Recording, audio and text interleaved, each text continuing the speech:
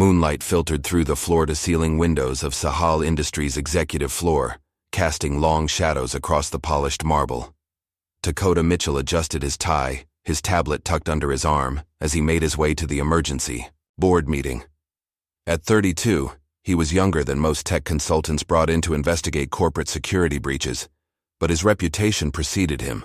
His innovative approach to cybersecurity, an uncanny ability to spot patterns others missed, had made him the go-to expert for cases that defied conventional explanation.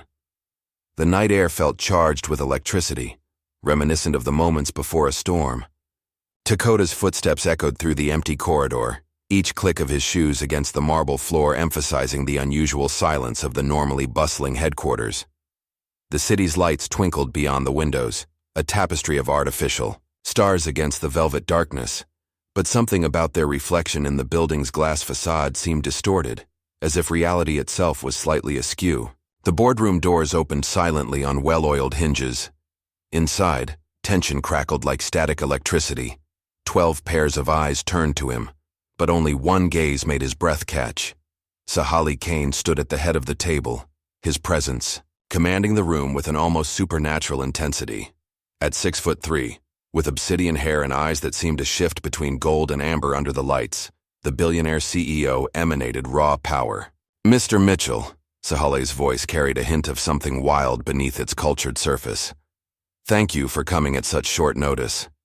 His fingers traced the edge of a leather portfolio, the movement deliberate and predatory. Dakota nodded, maintaining his professional demeanor despite the strange energy humming through the room. 3 security breaches in 2 weeks isn't something to ignore, Mr. Kane, especially when they all occurred during the full moon. He watched carefully as his words rippled through the assembled board members like a stone dropped in still water. A subtle shift moved through the room. Several board members exchanged glances laden with unspoken meaning. An elderly woman with silver hair touched the pendant at her throat, her knuckles whitening. A younger executive near the window seemed to shrink into his chair, while another straightened his spine with military precision. Sahale's jaw tightened, almost imperceptibly. Indeed, though I fail to see the relevance of the lunar cycle to corporate espionage. His words were measured, but there was an edge to them that raised the hair on the back of Dakota's neck.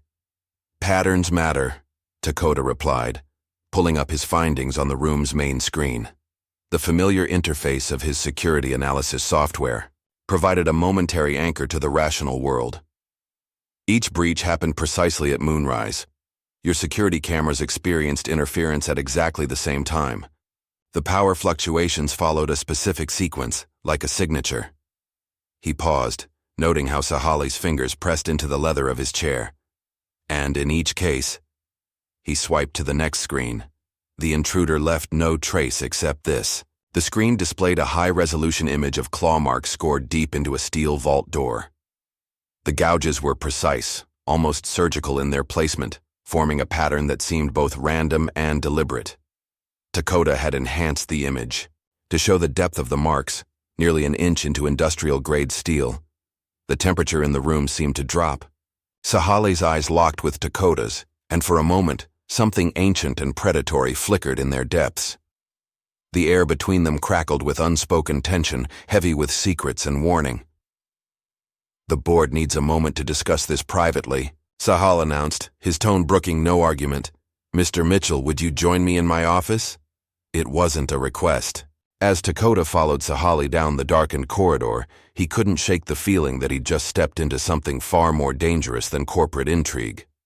The city lights sparkled beyond the windows like stars fallen to earth, but the shadows between them seemed deeper than before. Their footsteps echoed in perfect synchronization, a rhythm that felt oddly ritualistic. Sahali's office occupied the corner of the building, its windows offering a panoramic view of the cityscape. Unlike the sterile modernity of the boardroom, this space felt more like a den. Rich wooden panels, leather-bound books, and artifacts that looked ancient enough to belong in a museum.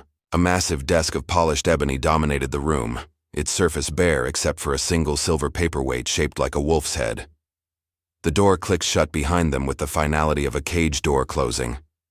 Sahali moved with fluid grace. To stand behind his desk, his movements too smooth to be entirely human. The city lights cast strange shadows across his features, making them seem to shift and change. "You're either very brave or very foolish to bring up the moon in that meeting," Sahali said softly, his fingers trailing across the wolf's head. "Paperweight. Tell me, Mr. Mitchell, do you believe in monsters?" The question hung in the air between them, heavy with implication.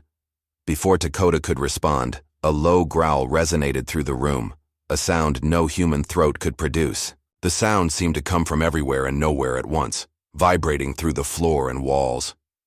Dakota's heart hammered against his ribs, but he held his ground.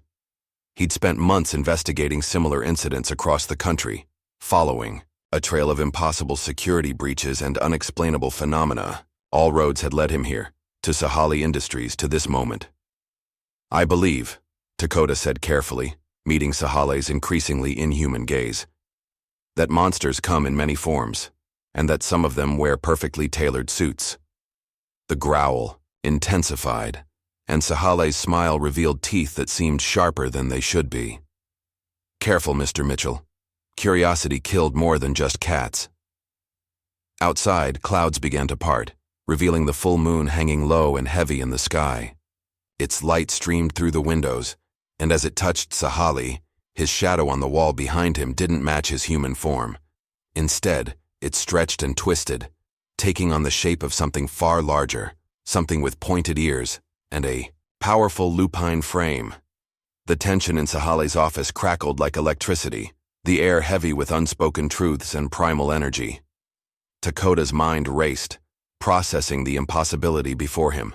The rational part of his brain screamed that this couldn't be real, yet his instincts told him to run, to flee from the predator standing mere feet away.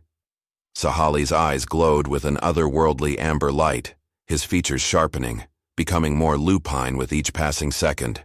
"You've stumbled into a world you can't begin to comprehend, Mr. Mitchell," he growled, his voice deepening to an inhuman register. "A world where the legends your ancestors whispered around campfires walk among you, hidden in plain sight." Dakota swallowed hard, his mouth suddenly dry. "Shifters," he whispered, the word falling from his lips like a revelation. "You're not just a CEO, you're an alpha," Sahali finished, a hint of pride coloring his tone. "Leader of the largest pack in North America and guardian of secrets older than this city's foundations." He moved around the desk with liquid grace, each step bringing him closer to Dakota. "Now the question is, what am I going to do with you?" The threat hung in the air between them, but Dakota stood his ground. He'd come too far, unraveled too many mysteries to back down now. "You could kill me," he said, surprised by the steadiness in his voice. "But that would only confirm everything I've suspected, and I'm not the only one looking into these incidents." Sahali's laugh was a low, dangerous thing. "Oh, I have no intention of killing you, Mr. Mitchell. You've proven yourself far too interesting for that." He circled Dakota, his movements predatory. "No, I think you might be exactly what we need." Before Dakota could respond, a sharp knock at the door broke the tension. Sahali's features smoothed back into human perfection with startling speed. "Enter," he called, his voice once again the cultured tone of a CEO. The door opened to reveal a striking woman with auburn hair and eyes that seemed to shine with an inner fire. "Sahali, the board is getting restless. We need to—" She stopped short, her gaze locking onto Dakota. "Who's this?" "Nakia. Allow me to introduce Dakota Mitchell, our newest consultant," Sahali said smoothly. "Mr. Mitchell, this is Nakia Redwolf, my COO and second in command." Nakia's eyes narrowed, a flash of something feral crossing her features. "Sahali, you can't be serious. He's human. He doesn't belong in our world." "He's already in our world," Sahali countered, "and he may be the key to solving our little problem." Dakota's mind whirled with questions, but survival instinct kept him silent. He watched the interplay between Sahali and Nakia, noting the subtle power dynamics at play. There was history there, and tension that went beyond a simple business relationship. Nakia's nostrils flared, and she turned her piercing gaze on Dakota. "You smell of curiosity and ambition, dangerous traits in our world, human. I prefer to think of them as assets," Dakota replied, meeting her stare evenly. especially when dealing with impossible security breaches and claw marks on vault doors. A flicker of surprise crossed Nakia's face, quickly replaced by grudging respect. "He knows," Sahali nodded. "He figured out more than most. I think he could be useful." Nakia's lips thinned. "Or he could be our downfall. The council won't like this, Sahali. Bringing a human into pack business. The council doesn't run my pack or my company," Sahali growled, a hint of the beast beneath his skin showing through. "We have a rogue alpha tearing through our territory, leaving bodies in its wake. If Mr. Mitchell can help us track it down, I'm willing to take the risk." Takoda's eyes widened. "Bodies? There have been deaths?" Sahali and Nakia exchanged a loaded glance. "Yes," Sahali said finally. "3 so far. All shifters, all with ties to my pack. The police are baffled, but we've managed to keep it out of the media. Which is why you need me," Takoda realized. "I can investigate without raising suspicion." Nakia scoffed. "You're human. What can you do that our best trackers can't?" "I see patterns," Takoda explained, his mind already racing with possibilities. "Connections that others miss. And I have resources in the human world that you can't access without exposing yourselves." Sahali nodded, a predatory smile spreading across his face.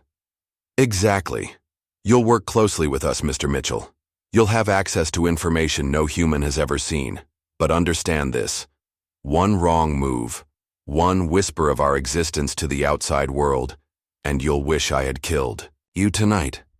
The threat should have terrified him, but Takoda felt a thrill of excitement. This was the mystery he'd been chasing his entire career, the truth behind the unexplainable incidents that had fascinated him since childhood. "I understand," he said solemnly. "I won't betray your trust." Nakia still looked skeptical, but Sahali seemed satisfied. "Good. Now let's rejoin the board. We have a rogue to catch and a pack to protect." As they made their way back to the boardroom, Takoda's mind raced with questions. How many shifters were there? How had they remained hidden for so long? And most pressingly, who was this rogue alpha, and what did they want? The boardroom fell silent as they entered, all eyes fixed on Takoda. He could feel the weight of their stares, sense the power and age radiating from some of them. These weren't just corporate executives. They were pack elders, creatures of legend walking in human skin. Sahali took his place at the head of the table, his presence commanding instant attention. "Ladies and gentlemen, we have a new ally in our fight against the rogue. Mr. Mitchell will be working closely with us to track down the threat to our pack and our company." A murmur of disbelief rippled through the room. An older man with steel gray hair leaned forward, his eyes flashing with barely contained anger. "Sahali, have you lost your mind, bringing a human into this?" "Peace, Elder Maka," Sahali said, his voice carrying an undercurrent of authority that silenced the room. "Mr. Mitchell has already proven his worth by uncovering connections we missed. He will be a valuable asset." Takoda felt the weight of the room's attention shift to him. He straightened his spine, meeting their gazes one by one. "I understand your reservations," he said, his voice steady. "But I'm here to help. I have skills and resources that complement your own, and I'm committed to solving this mystery and protecting your secret." There was a moment of tense silence, broken by a soft chuckle from a woman with silver hair, the one who had clutched her pendant earlier. "Well, he certainly has courage," she said, her eyes twinkling with amusement. "I say we give him a chance." Slowly, the mood in the room shifted. Takoda could sense the reluctant acceptance, the curiosity replacing hostility in many of their expressions. Sahali nodded, satisfaction evident in his posture. "Now," Sahali said, bringing the focus back to the matter at hand. "Let's review what we know about the rogue's activities. Mr. Mitchell, if you would present your findings." Takoda moved to the front of the room, pulling up his data on the main screen. As he began to explain the patterns he'd uncovered, he felt a strange sense of belonging. He was standing in a room full of creatures straight out of myth and legend, yet he'd never felt more alive, more in his element. As the night wore on and plans were made, Takoda couldn't help but feel that his life had irrevocably changed.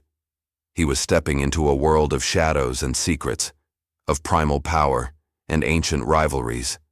And somewhere out there, a rogue alpha was leaving a trail of bodies, challenging Sahale's authority and threatening to expose the shifter world to humanity. The hunt was on, and Dakota was now at the center of it all. Dawn broke over the city, painting the sky in hues of pink and gold. Dakota stood at the window of his apartment, watching the play of light across the glass and steel towers. He hadn't slept, his mind still reeling from the revelations of the night before. Shifters were real. They walked among humans, hidden in plain sight, their secrets guarded by power and wealth. His phone buzzed, displaying a message from an unknown number. Car waiting downstairs. Bring everything you need for fieldwork. Dakota grabbed his go-bag, filled with high-tech gadgets and forensic tools he'd developed over years of investigations. As he stepped out of his building, a sleek black SUV with tinted windows idled at the curb. The rear door opened, revealing Nakia's stern face. "Get in," she said, her tone leaving no room for argument. "We have a lot of ground to cover." As Dakota settled into the leather seat, he noticed Sahale in the driver's position, his powerful hands gripping the steering wheel. The CEO looked different in the morning light, still imposing, but with a weariness that spoke of a long night and heavy responsibilities. "Good morning, Mr. Mitchell," Sahale said, his eyes meeting Dakota's in the rearview mirror. "I trust you're ready to dive into the deep end?" Dakota nodded, trying to ignore the way his heart raced at Sahale's intense gaze. "Where are we headed?" "The scene of the latest attack," Nakia answered, her voice tight with controlled anger. "One of our pack members was found dead this morning. We need to investigate before the human authorities contaminate the evidence." The car wound through the awakening city, eventually leaving the urban sprawl for wooded outskirts. They pulled up to a modest cabin nestled among towering pines. Yellow police tape fluttered in the morning breeze, but there were no official vehicles in sight. "I've called in some favors to keep this quiet for now," Sahale explained as they exited the car. "But we don't have much time." As they approached the cabin, Dakota's nostrils filled with the metallic scent of blood. His stomach churned, but he forced himself to focus. This was what he'd trained for, even if the circumstances were beyond anything he'd imagined. Inside, the scene was gruesome. The victim, a young man who looked to be in his early 20s, lay sprawled on the floor. Deep gashes crisscrossed his body, and his throat had been torn out. But what caught Dakota's attention were the claw marks on the walls and furniture, identical to those he'd seen in the security footage from Sahale Industries. Nakia knelt beside the body, her face a mask of grief and rage. "His name was Koda," she said softly. "He was barely more than a pup, just coming into his strength."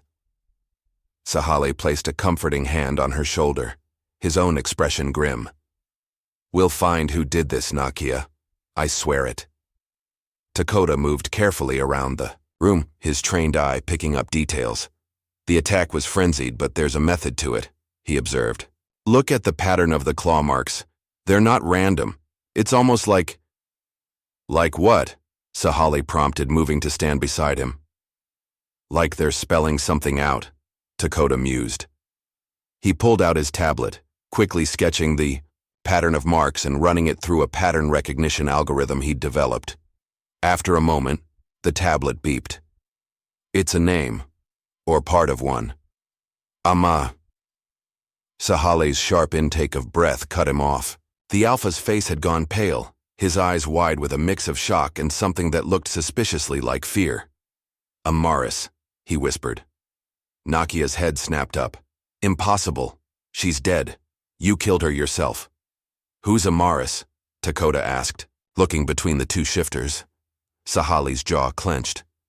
"A ghost from the past. A mistake I thought I'd buried long ago." He turned to Dakota, his eyes blazing with intensity. "What you're about to hear doesn't leave this room. Understood?" Dakota nodded, sensing the weight of the moment. Sahale took a deep breath. "Amaris was my mate, my first love, and the most dangerous shifter I've ever known."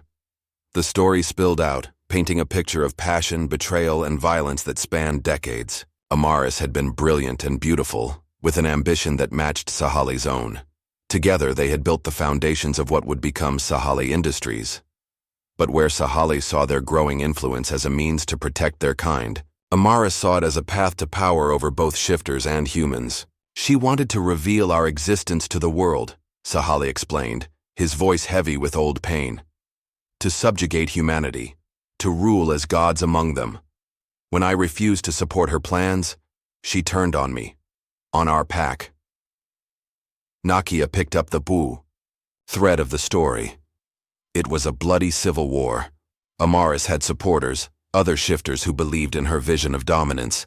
The fighting lasted for months, tearing our community apart. In the end, Sahali continued, I confronted her myself. We fought tooth and claw for hours. I was sure I'd killed her.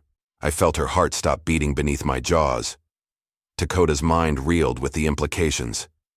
But if she's alive, if she's behind these attacks, then we're all in danger, Nakia finished grimly, human and shifter alike. A heavy silence fell over the cabin, broken only by the chirping of birds outside, oblivious to the drama unfolding within. Dakota's analytical mind kicked into high gear, processing this new information and fitting it into the puzzle he'd been assembling. If Amaris is behind this, she's playing a long game, he said, pacing the room. These attacks, the security breaches at Sahali Industries, they're calculated. She's sending a message, drawing you out. Sahali nodded, a grudging respect in his eyes. You're right. This is personal. She wants revenge, but more than that, she wants to finish what she started all those years ago. We need to warn the council, Nakia insisted. If Amaris is truly back, this goes beyond just our pack. Not yet, Sahali countered. We need more proof. The council is already wary of my leadership. If we cry wolf, forgive the expression, without solid evidence, we'll lose what trust we have left. Dakota's mind raced with possibilities. What if we set a trap, use the pattern we've uncovered to predict her next move, be there waiting for her? Sahali's eyes lit up with a predatory gleam. Now that's an idea I can sink my teeth into. What did you have in mind? For the next hour, they huddled together, formulating a plan. Dakota's expertise in pattern analysis and security systems meshed with Sahali and Nakia's intimate knowledge of shifter behavior and pack politics. Deskicha. They worked. Dakota couldn't help but feel a growing connection to these creatures of legend. Their world was dangerous, yes, but it was also rich with history and possibility. As they prepared to leave the cabin, Sahali pulled Dakota aside. You've impressed me today, Mr. Mitchell, he said, his voice low and intense.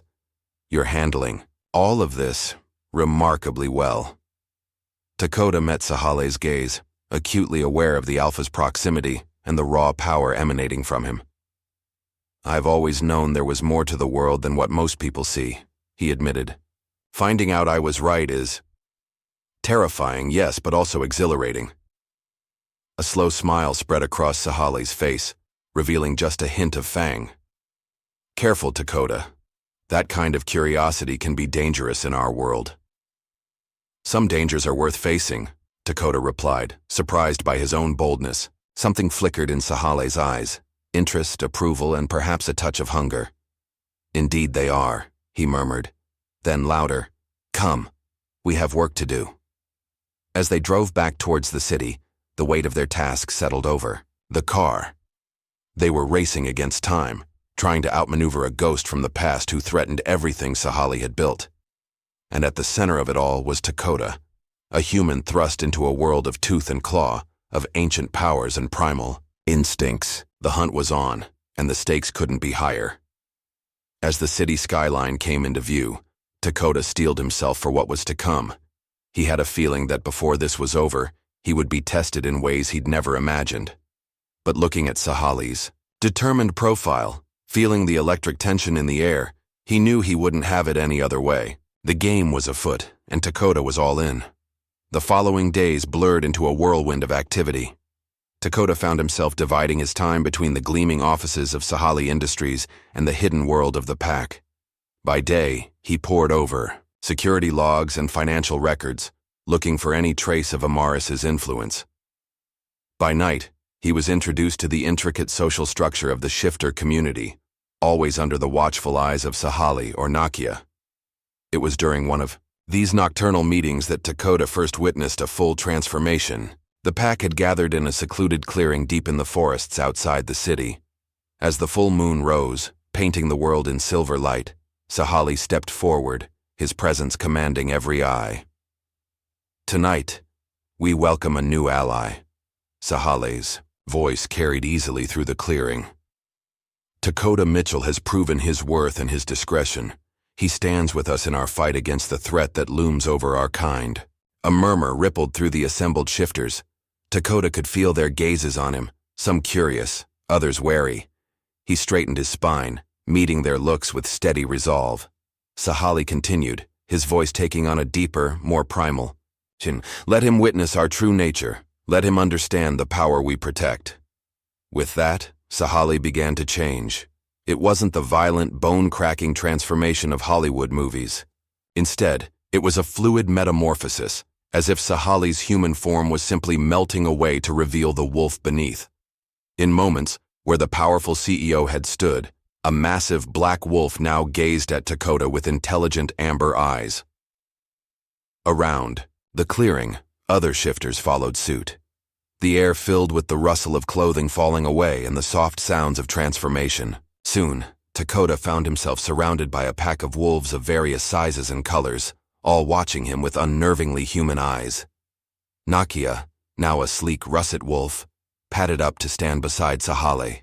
She gave a short bark, and suddenly the clearing was alive with movement. The pack began to run, a synchronized flow of fur and muscle that took Dakota's breath away. Sahali remained behind, his wolf form somehow even more imposing than his human one. He approached Dakota slowly, as if giving him time to adjust to the sight. When he was close enough to touch, Sahali lowered his massive head in a clear invitation. Heart-pounding, Dakota reached out a hand. Sahali's fur was softer than he'd expected, and warm with life. As his fingers sank into the thick ruff, Dakota felt a connection spark between them, something primal and inexplicable. A low rumble, almost like a purr, emanated from Sahali's chest. Then, with a playful nip at Dakota's sleeve, the alpha turned and bounded into the forest, clearly expecting Dakota to follow. For a moment, Dakota hesitated. He was only human, after all. How could he possibly keep up with a pack of wolves? But the pull of the mystery, the thrill of this hidden world, was too strong to resist. Taking a deep breath, he plunged into the undergrowth after Sahali. What followed was the most exhilarating night of Dakota's life. Though he couldn't match the wolves' speed, Sahali and Nakia stayed close, guiding him through the moonlit forest. They showed him hidden caves and ancient trees, places where the veil between the mundane and magical worlds seemed tissue-thin. As dawn approached, the pack regrouped in the clearing. One by one, they shifted back to human form, a reverse of the earlier transformation that was no less mesmerizing. Dakota found himself averting his eyes, suddenly aware of the intimacy of the moment. Sahali, now human again and pulling on a robe, approached Dakota with a smile that seemed softer than usual. "Well, Mr. Mitchell, what did you think of your first full moon with the pack?" Dakota struggled to find words that could encompass the wonder and awe of the night. "It was incredible," he finally managed. "Thank you for trusting me with this." Sahali's hand came to rest on Dakota's shoulder, the touch sending a jolt through him.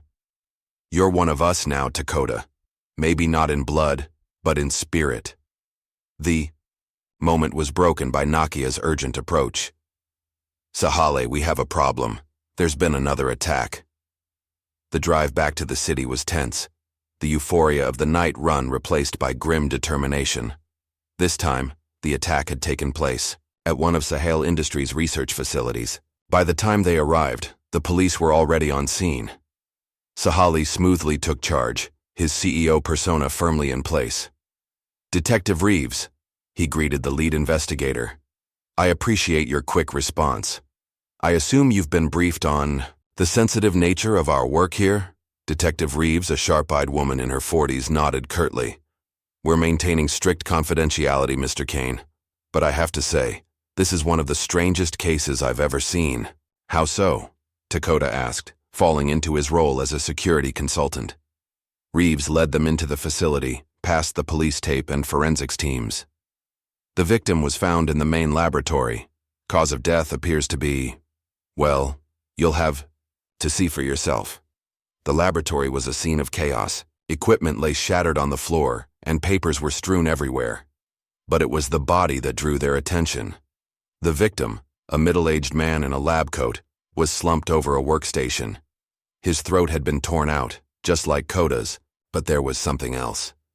"Are those bite marks?" Dakota asked, leaning in for a closer look. Reeves nodded grimly. "All over the body, and not just any bites. Our preliminary analysis suggests they're consistent with, well, with a large canine. Maybe a wolf." Dakota felt Sahale tense beside him. "That's impossible," the CEO said smoothly. "There are no wolves in this area." "Exactly," Reeves agreed, "which is why this case is so baffling. We're running DNA tests, but given the, sensitive nature of your work here, I was hoping you might have some insight." Sahale's face was a mask of professional concern. "I'm afraid not, Detective, but I assure you, we'll cooperate fully with your investigation." As Reeves moved away to consult with her team, Sahale pulled Dakota and Nakia into a quiet corner. "This is bad," he muttered. "Amaris is escalating, becoming careless." "Or she wants to be found," Nakia countered. "This feels like a challenge, Sahale. She's daring you to respond." Dakota's mind raced, piecing together the puzzle. The research facility. What exactly was being worked on here? Sahale and Nakia exchanged a loaded glance. "It's classified," Sahale began, but Dakota cut him off. "No more secrets, Sahale. If I'm going to help you, I need to know everything." There was a tense moment where Dakota thought he might have overstepped. But then Sahale's shoulders sagged slightly, a flicker of vulnerability crossing his face. "You're right. This facility was working on a cure of sorts." "A cure?" Dakota echoed, confused. Nakia picked up the explanation. "For the past decade, we've been seeing a rise in what we call feral episodes among shifters. Moments where the wolf takes over completely, suppressing the human mind. These episodes are becoming more frequent, more violent," Sahale added. "We've lost good people to them, shifters who lose control and have to be put down for the safety of both our kind and humans." The implications hit Dakota like a physical blow. "And you think Amaris is behind it somehow?" Sahale nodded grimly. "It fits with her ideology. If she could find a way to trigger these episodes at will, she'd have an army of uncontrollable werewolves," Dakota finished, feeling a chill run down his spine. "But why attack your researcher? Wouldn't she want the cure for herself?" "Unless she already has it," Nakia said softly. "This could have been about destroying our progress, setting us back."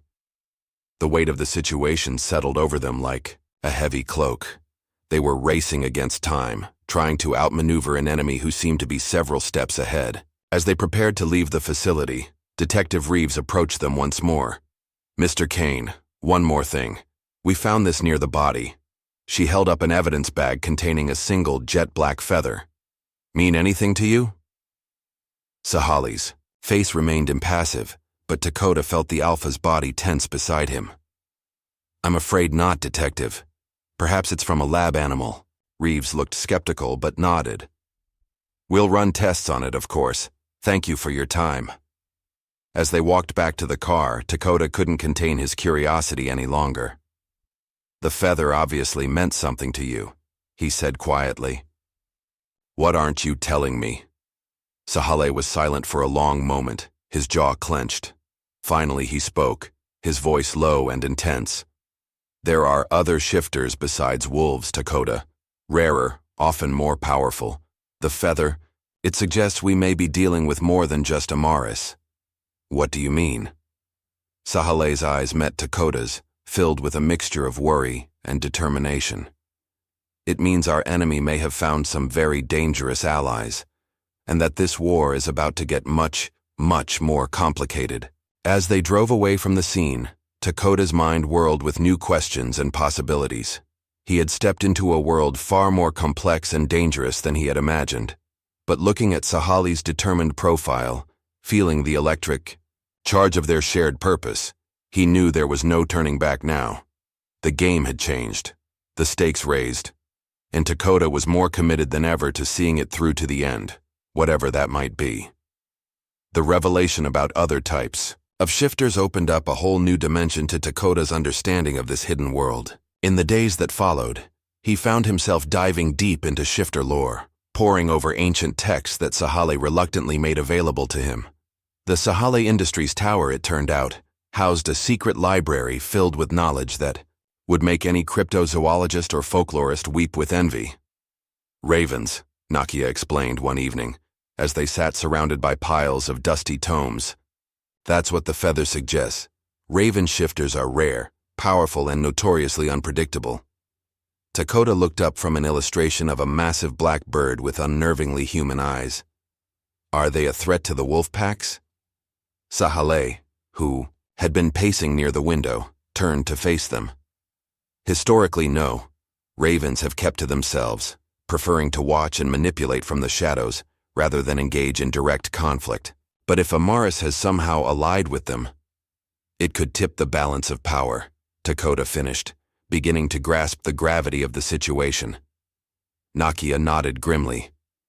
Ravens are known for their intelligence and their ability to see patterns. Much like you, Takoda, if they're working with Amaris, it explains how she's managed to stay one step ahead of us. Takoda's mind raced with the implications. We need to change our approach then. If we're dealing with beings that can literally fly under the radar, we need to think outside the box. Sahali's eyes lit up with interest. What do you have in mind? For the next hour, they brainstormed, combining Takoda's expertise in technology and pattern recognition with Sahali and Nakia's deep knowledge of shifter abilities and weaknesses. The plan they devised was risky, but if it worked, it could draw out both Amaris and her Raven allies. As they finalized the details, a soft knock at the library door interrupted them. A young woman, barely out of her teens, poked her head in. Alpha, there's something you need to see. Sahale's brow furrowed. What is it, Ava? Ava stepped fully into the room, her nervous energy palpable. It's easier if I show you. They followed her to a conference room where a large screen displayed a paused news broadcast. Ava hit play, and the room filled with the voice of a serious-looking anchor. Amateur footage that has the internet buzzing. Experts are divided on whether this is an elaborate hoax or evidence of something more. The screen cut to a shaky video, clearly taken on a smartphone. It showed a busy city street at night, people walking, traffic moving. Suddenly, a commotion erupted. The camera panned wildly, finally focusing on a figure that seemed to be changing. Takoda's breath caught in his throat. There, in full view of dozens of witnesses and at least one camera, a man was transforming into a wolf. The transformation was partial, stuck horrifically between human and animal forms, but it was unmistakable. Screams filled the air as passers-by fled in panic. The video cut off abruptly, returning to the stunned anchor. This footage, uploaded anonymously to several social media platforms, has gone viral in a matter of hours. While many are claiming it to be an elaborate special effect, others are pointing to it as proof of the existence of so-called werewolves. Sahale shut off the screen, his face a mask of controlled fury. This changes everything, he said, his voice low and dangerous. Amaris isn't just challenging me anymore. She's threatening our entire way of life. Nakia was already on her phone, fingers flying over the screen. I'm activating our media suppression protocols, but it might be too late. This is spreading faster than we can contain it. Takoda's mind whirled with the implications. We need to get ahead of this. If we can't suppress it, we need to control the narrative. Sahali turned to him, eyebrow raised. What do you suggest? A controlled reveal, Takoda said, the plan forming even as he spoke. We use your resources. your influence. We present shifters to the world on our terms, before Amaris can twist it to her advantage. The room fell silent as the weight of his words sank in. Centuries of secrecy, of hiding in the shadows, all potentially coming to an end. Nakia was the first to speak. It's risky. The human world might not be ready for us. They're going. To find out one way or another, Dakota countered. At least this way, we control the message. We can present shifters as protectors, as a force for good. Sahali's eyes gleamed with a mix of excitement and trepidation. It's bold, dangerous. The council will fight us every step of the way. Then we bypass the council, Dakota pressed. You said it yourself, Sahali. You're the alpha. This is your territory, your pack. Make the call. For a long moment, Sahale was silent, the weight of the decision visible in the set of his shoulders. Then, slowly, a smile spread across his face. Fierce, predatory, and full of determination. Do it, he said. Set it up. It's time the world knew the truth. The next 48 hours were a whirlwind of activity. Dakota found himself at the center of a storm, coordinating with Sahali's PR team, drafting statements and preparing for every possible scenario. They decided on a press conference to be held at Sahali Industries headquarters. Security was tripled, with both human guards and shifter enforcers on high alert. As the hour of the reveal approached, Dakota found a moment of quiet in Sahala's office. He stood at the window looking out over the city that was about to change forever. The weight of what they were about to do pressed down on him, a mix of exhilaration and terror. Having second thoughts? Sahali's voice came from behind him, soft but intense. Dakota turned to face the alpha. Sahali looked impeccable in a tailored suit, every inch the powerful CEO. But there was something else there too, a wild energy just beneath the surface, barely contained. No, Dakota said, surprised to find it was true. This feels right, dangerous, yes, but necessary. Sahali moved closer, his presence filling Dakota's senses. You've become quite the revolutionary, Mr. Mitchell. When I first met you, I never would have guessed you'd be the one pushing us into the light. Dakota felt his heart rate quicken, acutely aware of Sahali's proximity. Life's full of surprises, he managed, trying to keep his voice steady. Indeed it is, Sahali murmured. His hand came up, fingers brushing lightly along Dakota's jaw. The touch sent electricity coursing through him. Whatever happens out there today, I want you to know that A sharp knock at the door interrupted whatever Sahale had been about to say. Nakia entered, her expression a mix of excitement and nerves. It's time, she said simply. The moment shattered, Sahale stepped back, his CEO mask sliding firmly into place. Let's make history, he said, striding towards the door. As they made their way to the press conference, Dakota's mind raced. What had Sahale been about to say?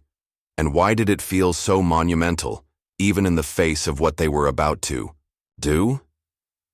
The lobby of Sahali Industries had been transformed into a makeshift press room. Cameras flashed as they entered, a sea of reporters and curious onlookers packed tightly into the space. Dakota took his place slightly behind and to the side of Sahale, with Nakia on the other side. Sahale approached the podium, his presence commanding instant silence. He surveyed the room, his gaze intense and unwavering. Ladies and gentlemen, he began, his voice carrying easily through the space. Thank you for coming. What I'm about to tell you will change the way you see the world. It will challenge your understanding of history, of mythology, and of what it means to be human. He paused, letting the weight of his words sink in. Dakota could feel the tension in the room, the collective intake of breath as everyone waited for what would come next. For centuries, we have lived among you in secret. We have been your neighbors, your co-workers, your friends. We have fought in your wars, built your cities, and shaped your cultures from the shadows. We are shifters, beings capable of transforming between human and animal forms. A gasp rippled through the crowd, followed by a flurry of excited whispers. Cameras flashed frantically and reporters began shouting questions. Sahale held up a hand, silencing them with a look. "I know you have questions. I know this is difficult to believe. That is why I'm not just going to tell you. I'm going to show you." With that, Sahale began to change. Unlike the frenzied, partial transformation from the viral video, this was smooth, controlled, and breathtaking. In moments, where the powerful CEO had stood, now towered a massive black wolf. The room erupted into chaos. Screams and shouts filled the air, camera flashes creating a strobe-like effect. But Sahale stood firm, his wolf form radiating power and control. Dakota stepped forward, placing a hand on Sahale's fur. The gesture, broadcast on every camera in the room, sent a clear message. Human and shifter, standing together. "Please, remain calm," Dakota said, his voice somehow carrying over the din. "What you're seeing is real, but it is not a threat. Shifters have lived peacefully among humans for millennia. They are not monsters, but people, with hopes, dreams, and a deep commitment to protecting both our worlds." As he spoke, Nakia and several other pack members began their own transformations. Soon a small group of wolves stood proudly on the stage, surrounded by astonished humans. The questions came fast and furious after that. Dakota found himself fielding inquiries about shifter biology, history, and social structure. Sahale, back in human form, addressed concerns about safety and integration. As the press conference wound down, Dakota couldn't help but feel a sense of triumph. They had done it. The world now knew about shifters, and while there was certainly fear and confusion, there was also a palpable sense of wonder and excitement. But as they made their way back to Sahale's office, a chill ran down Dakota's spine. In all the chaos and exhilaration, he had almost forgotten about Amaris. If this had been her plan all along, to force shifters into the open, what would her next move be? The answer came sooner than any of them expected. As they entered Sahale's office, they found a single black feather lying on his desk. Beneath it was a note, written in elegant script. "Well played, old friend. But the game is far from over. The world may know about wolves, but there are so many more secrets to unveil. See you soon." Ah. Sahal's face hardened as he read the note. "She's challenging us," he growled. This was just the opening move. Dakota felt a mix of dread and determination settle over him. They had changed the world today, but it was clear that their battle was just beginning. As he looked at Sahale, seeing the fire in the Alpha's eyes, he knew that whatever came next, they would face it together. The game had changed, the stakes raised to a global scale, and somewhere out there, Amaris and her Raven allies were plotting their next move. The days following the public revelation of shifters were a whirlwind of activity. The world reeled. From the news, governments scrambled to respond, and Sahale Industries found itself at the center of a global media storm. Dakota barely had time to breathe, let alone process the monumental changes happening around him. It was late one night, nearly a week after the press conference, when Dakota finally found a moment of quiet. He stood on the balcony of Sahale's penthouse, looking out over the city lights. The world seemed both familiar and utterly changed, like a painting he'd seen 1,000 times suddenly revealed in new colors. "Penny for your thoughts?" Sahale's voice came from behind him, low and warm. Dakota turned to find the Alpha leaning against the doorframe, his usual impeccable suit replaced by more casual attire, a sight that still caught Dakota off guard. "Just wondering if we did the right thing," Dakota admitted. "The world knows about wolves now, but Amaris is still out there, and who knows what other secrets are waiting to be revealed." Sahale moved to join him at the railing, their shoulders almost touching. "Second thoughts, Mr. Mitchell?" Dakota shook his head. "No, not exactly. It's just, where do we go from here?" Sahale was silent for a long moment, his gaze fixed on the horizon. When he spoke, his voice was thoughtful. "We adapt, we evolve, it's what our kind has always done." He turned to face Dakota, his eyes intense in the moonlight. "But we don't do it alone." The air between them seemed to crackle with unspoken tension. Dakota found himself acutely aware of Sahale's proximity, of the raw power emanating from the Alpha. He opened his mouth to speak, though he wasn't sure what he was going to say. A sharp knock at the door shattered the moment. Nakia burst in, her face tight with worry. "We have a problem," she announced without preamble. "There's been an incident at the CDC." Sahali's demeanor shifted instantly, the vulnerable moment replaced by the commanding presence of the Alpha. "What kind of incident?" Nakia pulled up a video on her tablet, showing security footage of a laboratory. As they watched, a figure moved through the space with inhuman speed and grace.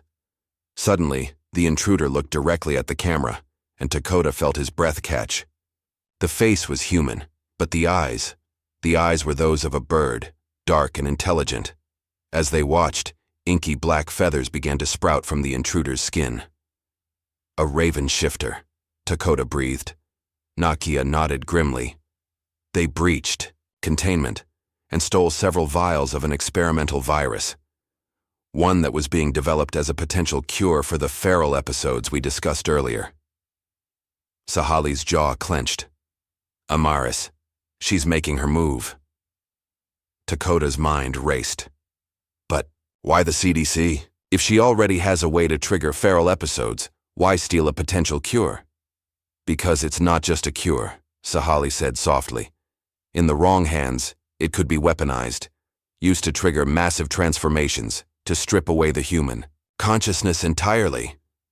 The implications hit Dakota like a physical blow. She could create an army of mindless beasts, and with shifters now in the public eye, it would be chaos, Nakia finished. Humanity would turn against us. Everything we've worked for would be destroyed. Sahali began to pace, his movements tightly controlled but radiating nervous energy. "We need to stop her, now, before she can put whatever plan she has into motion." "But how?" Dakota asked. "We don't know where she is or what her next move will be." A slow, predatory smile spread across Sahali's face. "Maybe we do. Dakota, you said it yourself. You see patterns. It's time to put that brilliant mind of yours to work." For the next several hours, they pored over every scrap of information they had on Amaris and her activities. Dakota's fingers flew over keyboards, constructing complex algorithms to analyze data from security cameras, financial transactions, and social media chatter. As dawn broke, painting the sky in hues of pink and gold, Dakota sat back with a triumphant grin. "I think I've got something," he announced. Sahali and Nakia crowded around his workstation, their exhaustion forgotten in the face of potential breakthrough. "Look here," Dakota pointed to a map dotted with red pins. "These are all the locations where we've had confirmed sightings or incidents related to Amaris and her Raven allies.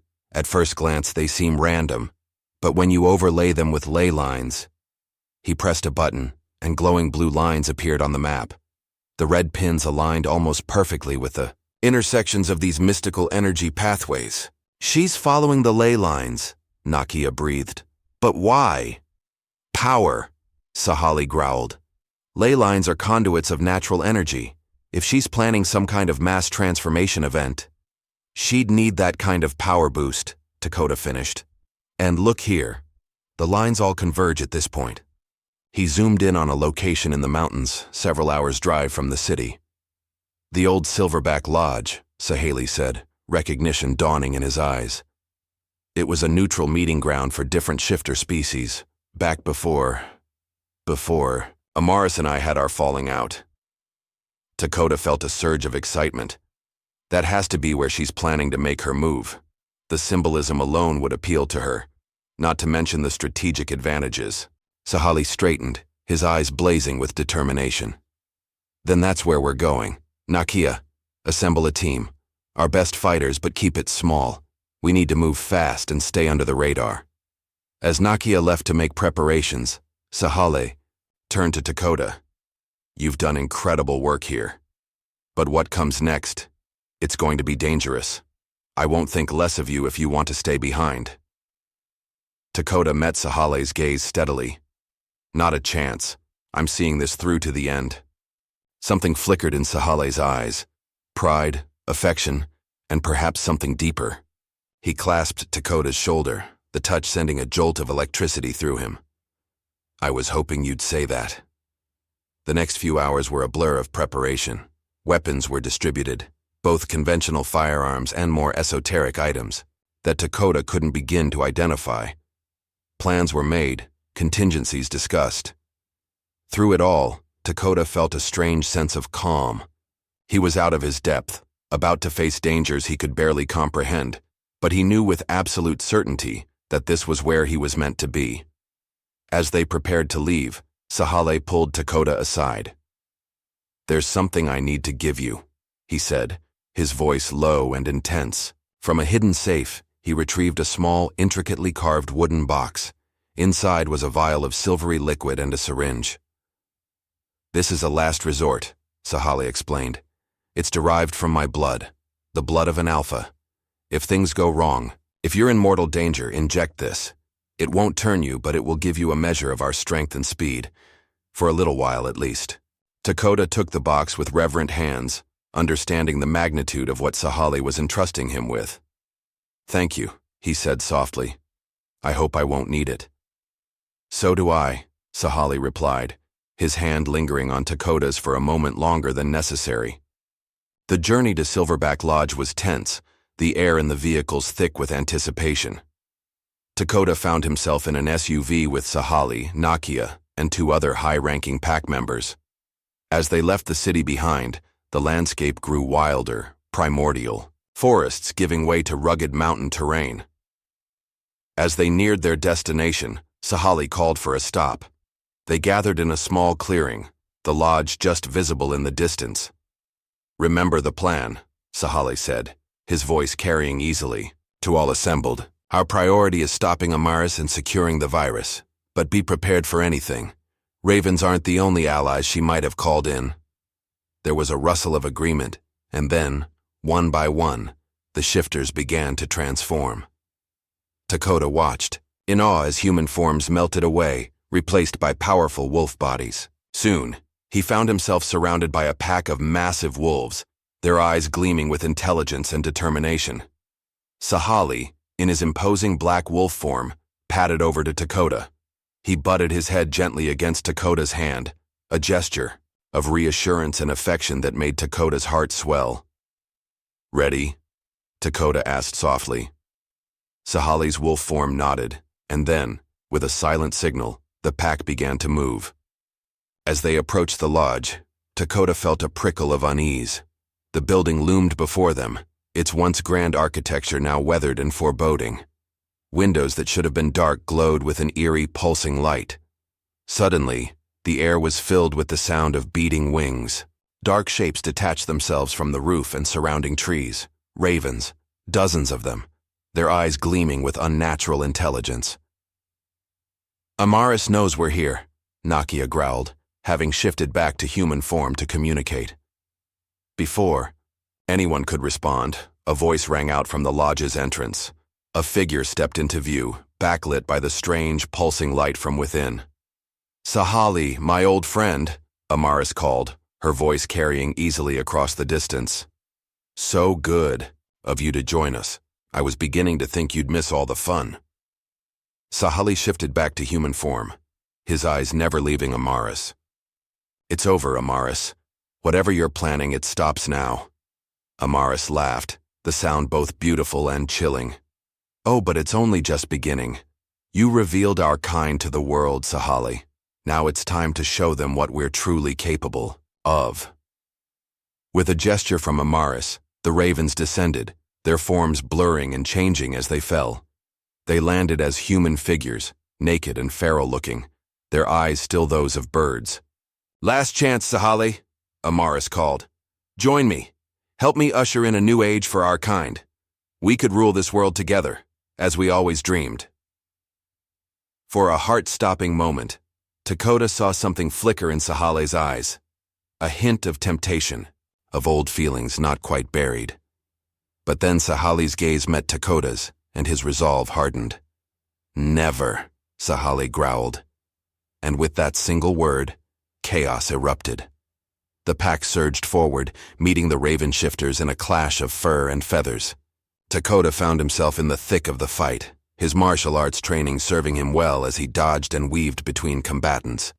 Through the melee, he caught glimpses of Sahale, a black blur of fur and fang, tearing through opponents, with terrifying efficiency. But Amaris was nowhere to be seen. Realization struck Dakota like lightning. This was a distraction. Amaris was inside, probably already beginning whatever ritual or process she needed to weaponize the stolen virus. Without thinking, Dakota sprinted for the lodge entrance. He heard Sahali's howl of alarm, but there was no turning back now. As he crossed the threshold, he felt a strange energy wash over him, like stepping through an electrical field. Inside, the air thrummed with power. The pulsing light he'd seen from outside emanated from intricate patterns carved into the floor and walls, all converging on a central point where Amaris stood. She held a vial of sickly green liquid aloft, chanting in a language Dakota didn't recognize. "Stop!" Dakota shouted, though he knew it was futile. Amaris turned, a triumphant smile spreading across her face. "Ah, the human pet," she purred. "Come to witness history in the making." Dakota's hand went to the wooden box Sahali had given him, tucked securely in his jacket pocket. He had a feeling he was going to need it. "It's not too late," he said, trying to keep Amaris talking while he inched closer. "Whatever you're planning, it's not worth destroying everything shifters have built." Amaris laughed, the sound echoing unnaturally in the charged air. "Oh, but it is. You see, Dakota, this isn't just about power. It's about evolution, survival of the fittest, and after today, only the strongest will remain." With that, she raised the vial to her lips. Dakota lunged forward, but he knew he'd never make it in time. In that split second, he made a decision. He pulled out the syringe Sahali had given him and, without hesitation, plunged it into his own heart. As Amaris swallowed the virus and Dakota felt Sahali's blood burning through his veins, the world around them erupted in blinding light. The last thing Dakota saw before consciousness fled was Amaris beginning to change, her form swelling and twisting into something monstrous and beautiful and terrifying all at once. Then darkness claimed him, and he knew no more.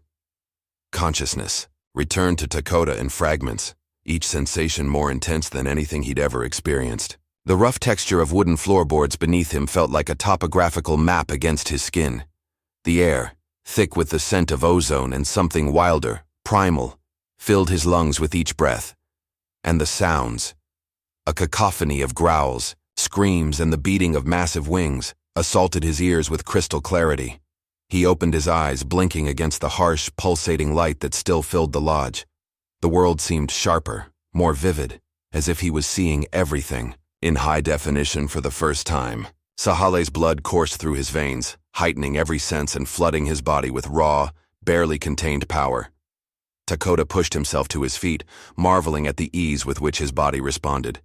He felt strong, fast, alive in a way he'd never imagined possible. But there was no time to revel in this new state. The scene before him demanded immediate action.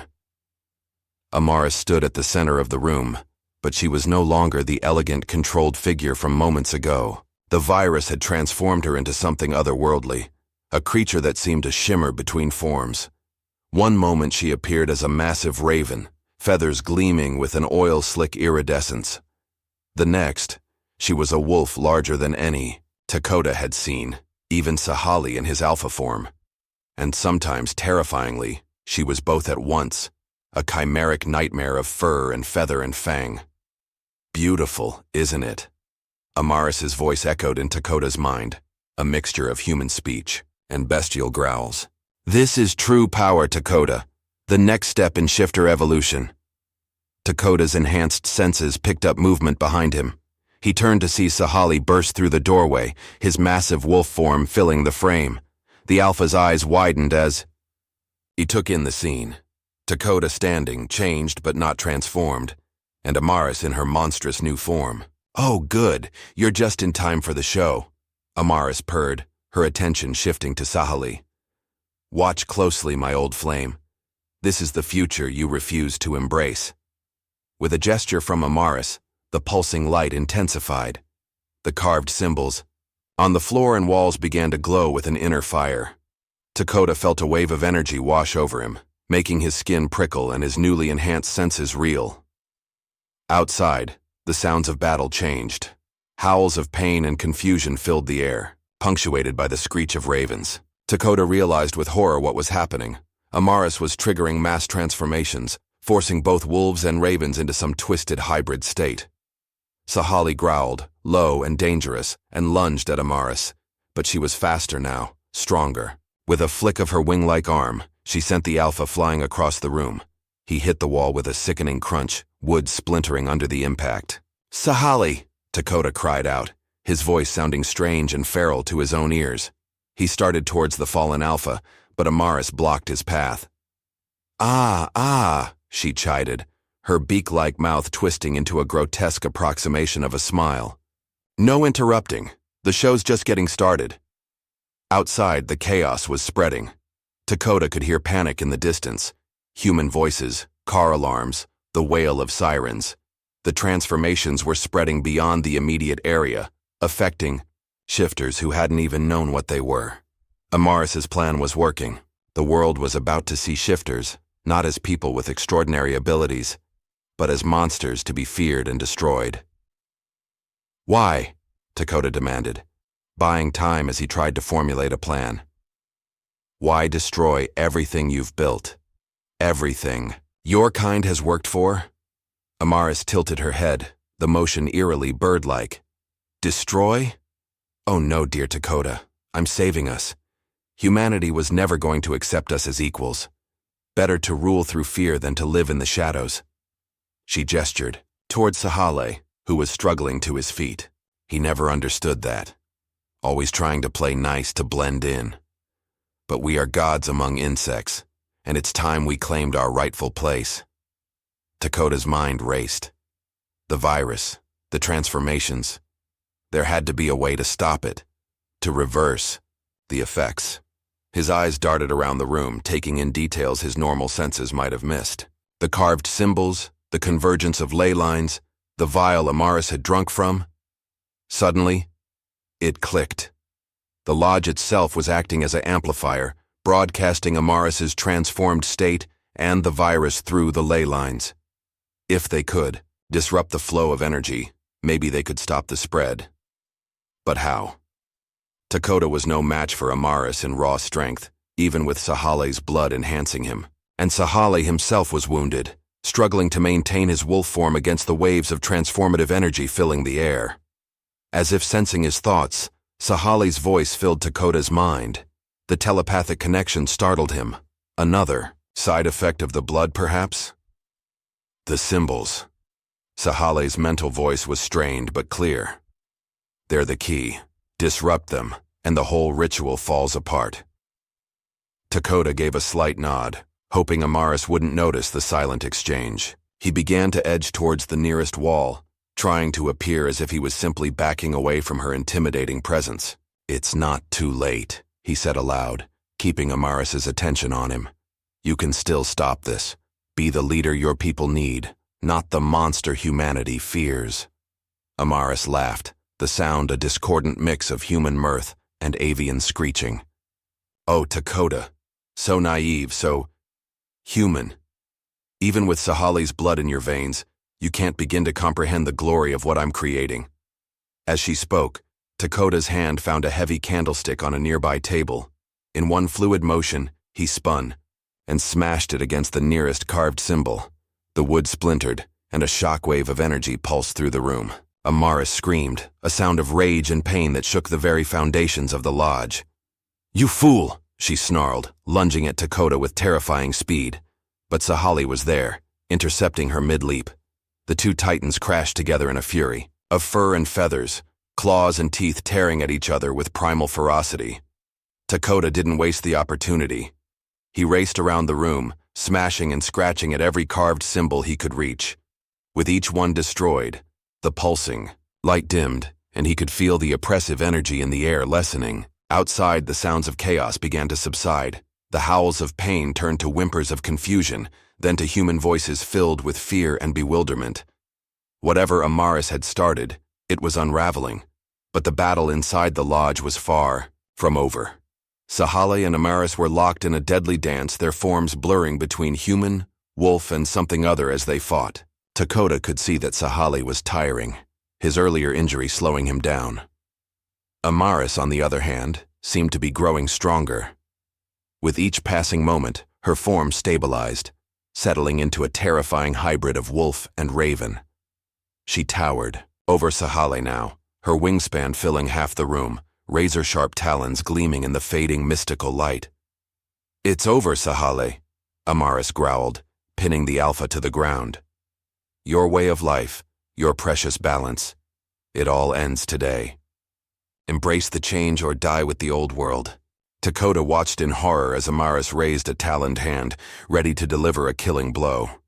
Time seemed to slow, and in that moment, he felt something shift inside him.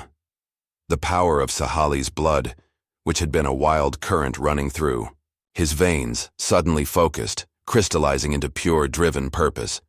Without conscious thought, Dakota moved.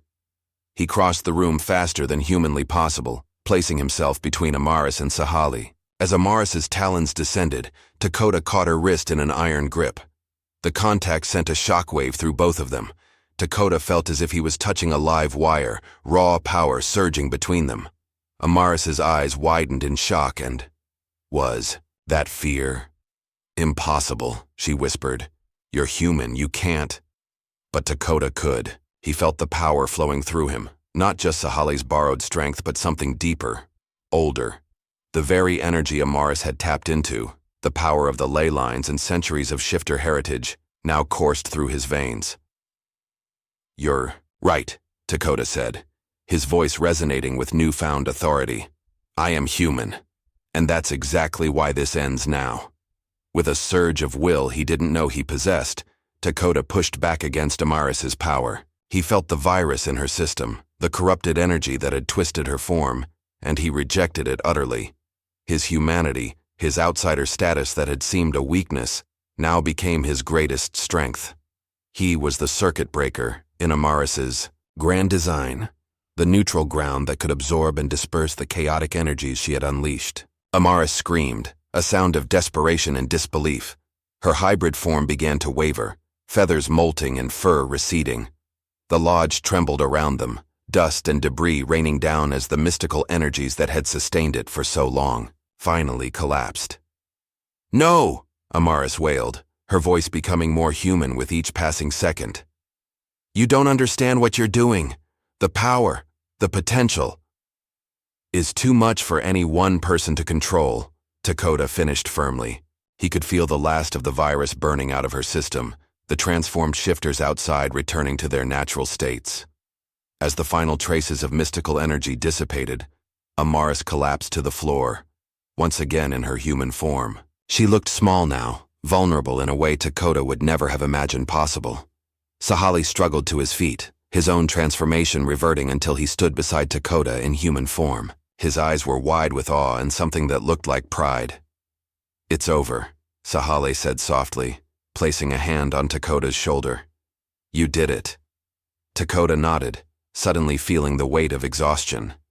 The power that had filled him was fading, leaving behind a bone-deep weariness. But there was something else too, a lingering connection, a sense of belonging he'd never felt before. As if reading his thoughts, Sahale's grip on his shoulder tightened. "We have a lot to talk about," the Alpha said, his voice low and intense. "But first, we need to deal with the aftermath." Outside, they could hear vehicles approaching, likely Nakia and the rest of the pack, coming to secure the scene and begin damage control. The world had changed today, in ways they were only beginning to understand. Dakota looked down at Amaris, who lay curled in on herself, tears streaming down her face. He felt a complex mix of emotions, pity, anger, and a strange sense of kinship. She had gone too far, caused immeasurable harm, but her desire for acceptance, for evolution, wasn't entirely foreign to him. "What happens now?" he asked Sahale. The Alpha's eyes were heavy with the weight of decisions to come. "Now, we rebuild. We show the world who we really are, not the monsters Amaris tried to create, but people. Different, yes, but people nonetheless." He paused, his gaze intense as he looked at Dakota. And we do it together. As the first light of dawn began to filter through the lodge's broken windows, Dakota felt a glimmer of hope. The path ahead would be challenging, filled with obstacles they couldn't yet imagine.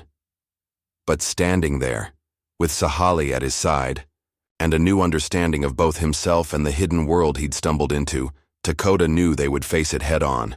The game had changed once again, but this time, they would write the rules together. The days following the confrontation at Silverback Lodge were a blur of activity, crisis management, and world-altering revelations. Dakota found himself at the center of a storm, his unique position as a human who had not only witnessed but actively participated in shifter affairs, making him an invaluable asset in the delicate dance of public relations and damage control.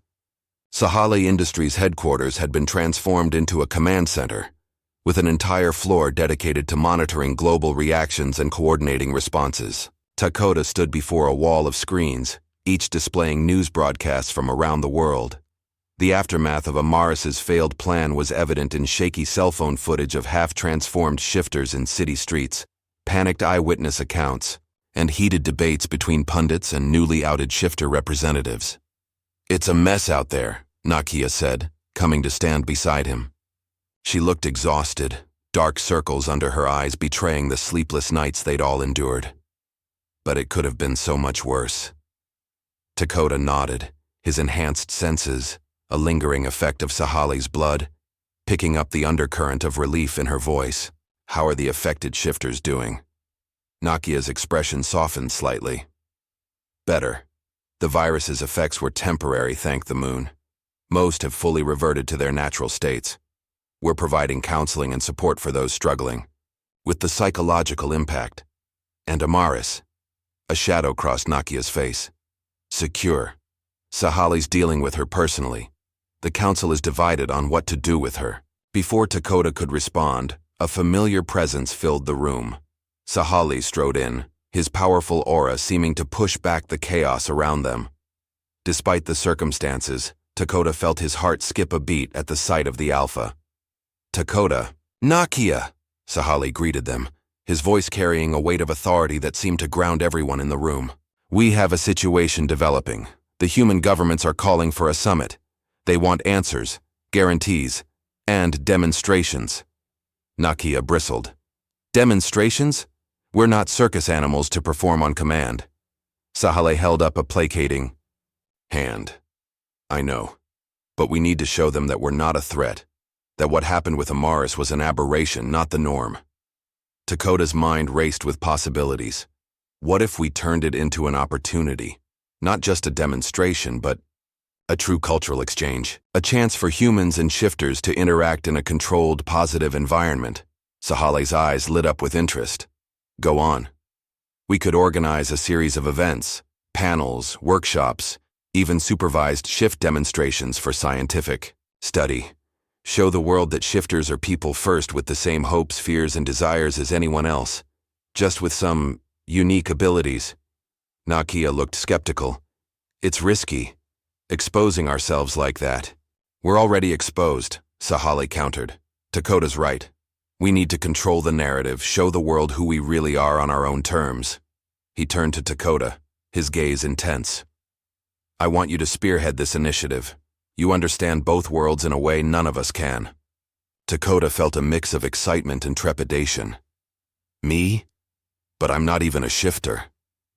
Sahale's hand came to rest on Dakota's shoulder, the touch sending a jolt of electricity through him. "No, but you're the bridge between our worlds. And after what you did at the lodge, you're more connected to us than you know." The memory of that night flooded back, the surge of power, the feeling of tapping into something ancient and primal. Dakota nodded slowly. "All right. I'll do it." Next weeks were a whirlwind of preparation. Dakota worked tirelessly, coordinating with shifter representatives from around the world, liaising with government officials, and crafting a narrative that would help humanity understand and accept their newly revealed neighbors. Throughout it all, Sahali was a constant presence, offering guidance, support, and the occasional moment of quiet companionship that Dakota found himself cherishing more than he cared to admit. The day of the summit arrived with a palpable sense of tension in the air. The venue, a sprawling convention center on neutral ground, was a hive of activity. Security was tight, with both human and shifter guards working in tandem to ensure the safety of all attendees. Dakota stood backstage, adjusting his tie and trying to calm the butterflies in his stomach. He was set to give the opening address, setting the tone for the entire event. The weight of responsibility pressed down on him, making it hard to breathe. A warm hand on his back startled him out of his spiraling thoughts. He turned to find Sahali standing close, very close, his eyes filled with a mixture of concern and something deeper, more intense. "Nervous?" Sahali asked softly. Dakota managed a shaky laugh. "Terrified. What if I mess this up? The future of human-shifter relations could depend on how this goes." Sahali's hand moved to cup Dakota's cheek, the gesture surprisingly tender. "You won't mess up. You were born for this moment, Dakota. You're the bridge between our worlds. Remember." The touch, the closeness, the intensity of Sahali's gaze, it all became too much. Dakota found himself leaning in, drawn by a force he couldn't resist. Sahali met him halfway, their lips coming together in a kiss that felt like coming home and stepping into the unknown all at once. When they finally parted, both slightly breathless, Dakota felt a sense of clarity he'd never experienced before. "Thank you," he whispered. Sahali's smile was warm and just a bit wolfish. "Go show them who we are, who you are." With renewed confidence, Dakota stepped out onto the stage. The auditorium was packed, filled with a mix of human dignitaries, shifter representatives, and media from around the world. All eyes turned to him as he approached the podium. Dakota took a deep breath, feeling the lingering tingle of Sahali's kiss on his lips, and began to speak. "Ladies and gentlemen, honored guests, members of the press, we stand today at a crossroads of history. For centuries, the world of shifters has existed alongside humanity, hidden in plain sight. Recent events have thrust that hidden world into the light, bringing with it fear, confusion, and countless questions. I stand before you not as a shifter myself, but as someone who has walked in both worlds. I've seen the power and the beauty of shifter culture, but I've also witnessed the very human struggles and hopes that define their existence. What we aim to show you over the coming days is not a parade of supernatural abilities or a freak show of transformations. Instead, we offer you a glimpse into a rich tapestry of cultures, traditions, and individuals who have lived among you, worked beside you, and dreamed the same dreams as you for generations. Yes, shifters can change their form. Yes, they possess abilities that might seem extraordinary to human eyes, but at their core, they are people. People with families, with jobs, with fears and aspirations just like anyone else. The path forward will not be easy. There will be challenges, misunderstandings, and hurdles to overcome. But I believe that by working together, by approaching this new reality with open minds and open hearts, we can build a future that is brighter and more inclusive than anything we've known before. So I invite you all, humans and shifters alike, to approach these coming days with curiosity, with respect, and with the understanding that what unites us is far greater than what sets us apart. Let us embrace this opportunity to learn from one another, to grow together, and to shape a world where all beings can live in harmony, regardless of their ability to change their shape. As Dakota finished speaking, the auditorium erupted in applause. He could see nods of approval from human officials, proud smiles from shifter representatives, and a spark of hope in the eyes of many. But it was Sahal's gaze, filled with pride and something that looked a lot like love, that truly told Dakota he had succeeded. The days that followed were intense but rewarding. Dakota found himself mediating discussions between human scientists and shifter elders, explaining the intricacies of pack dynamics to curious government officials, and even participating in carefully controlled demonstrations of shifting abilities. Throughout it all, he felt a growing sense of belonging. The shifter community had embraced him as one of their own, respecting his unique perspective and valuing his ability to bridge the gap between their world and humanity's. It wasn't all smooth sailing, of course. There were protesters outside the venue, fearmongers on television decrying the inhuman threat, and tense moments when cultural misunderstandings threatened to derail delicate negotiations. But slowly, surely, progress was being made. On the final night of the summit, Dakota found himself on the balcony of his hotel room, looking out over the city lights. The world felt different now, filled with new possibilities and challenges he never could have imagined just months ago. A soft knock at the door pulled him from his reverie. He opened it to find Sahali standing there, looking uncharacteristically hesitant. "May I come in?" the Alpha asked. Dakota stepped aside, his heart racing as Sahali entered the room. They hadn't had a moment alone since that kiss backstage, both too caught up in the whirlwind of the summit. Sahali moved to the balcony, his powerful frame silhouetted against the night sky. "You've done an incredible job, Dakota. I don't think you realize how much you've changed things, for all of us." Dakota joined him at the railing, acutely aware of Sahali's proximity. "I just did what felt right. Tried to help people understand each other." Sahali turned to face him, his eyes intense in the moonlight. "It's more than that. You've become a symbol. Proof that humans and shifters can not only coexist, but form deep, meaningful connections." There was a weight to Sahali's words, a significance that made Dakota's breath catch. "Sahali, But the Alpha silenced him with a gentle finger to his lips. "Let me finish. What I'm trying to say is, I love you, Dakota. Not just for what you've done for my people, but for who you are. Your courage, your compassion, your ability to see the best in everyone, even those who might be considered monsters by the rest of the world."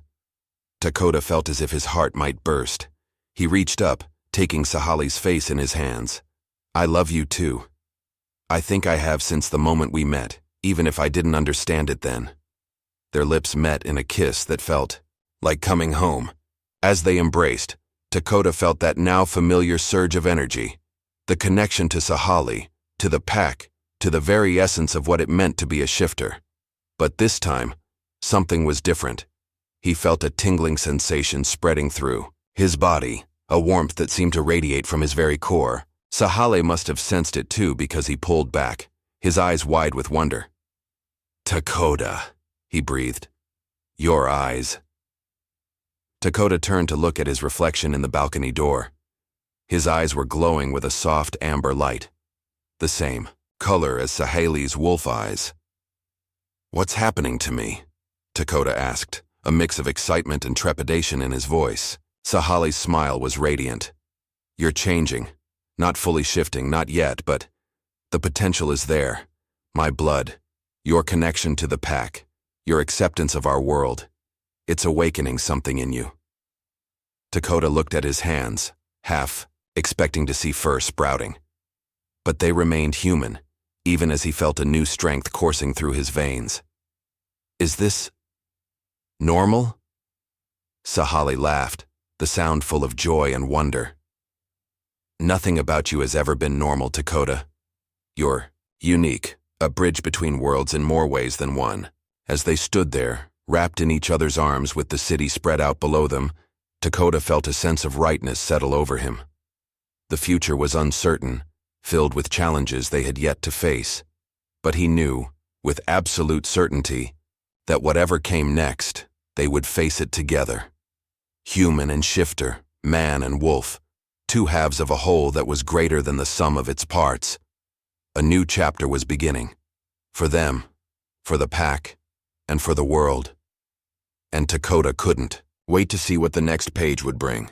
The months following the summit were a whirlwind of change, both on a global scale and in Dakota's personal life.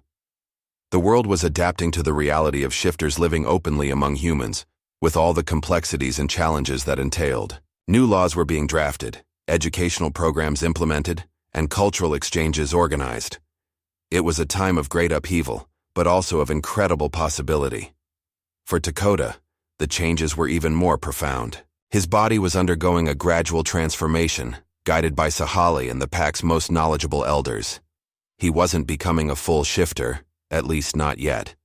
But he was developing abilities that blurred the line between human and wolf. One crisp autumn morning, Dakota stood in a clearing in the forests outside the city, surrounded by members of Sahali's pack.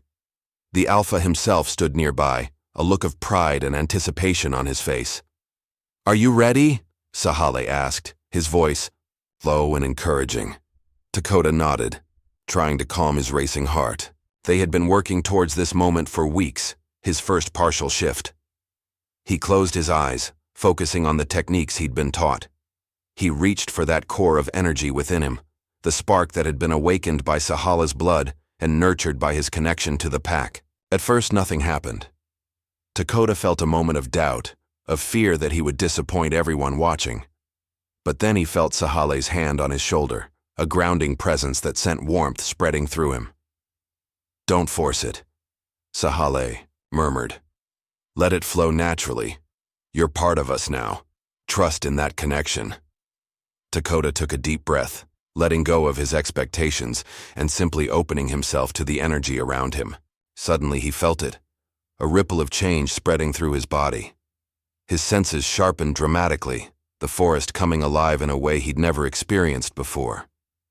He could hear the heartbeats of the pack members around him, smell the rich tapestry of scents in the air.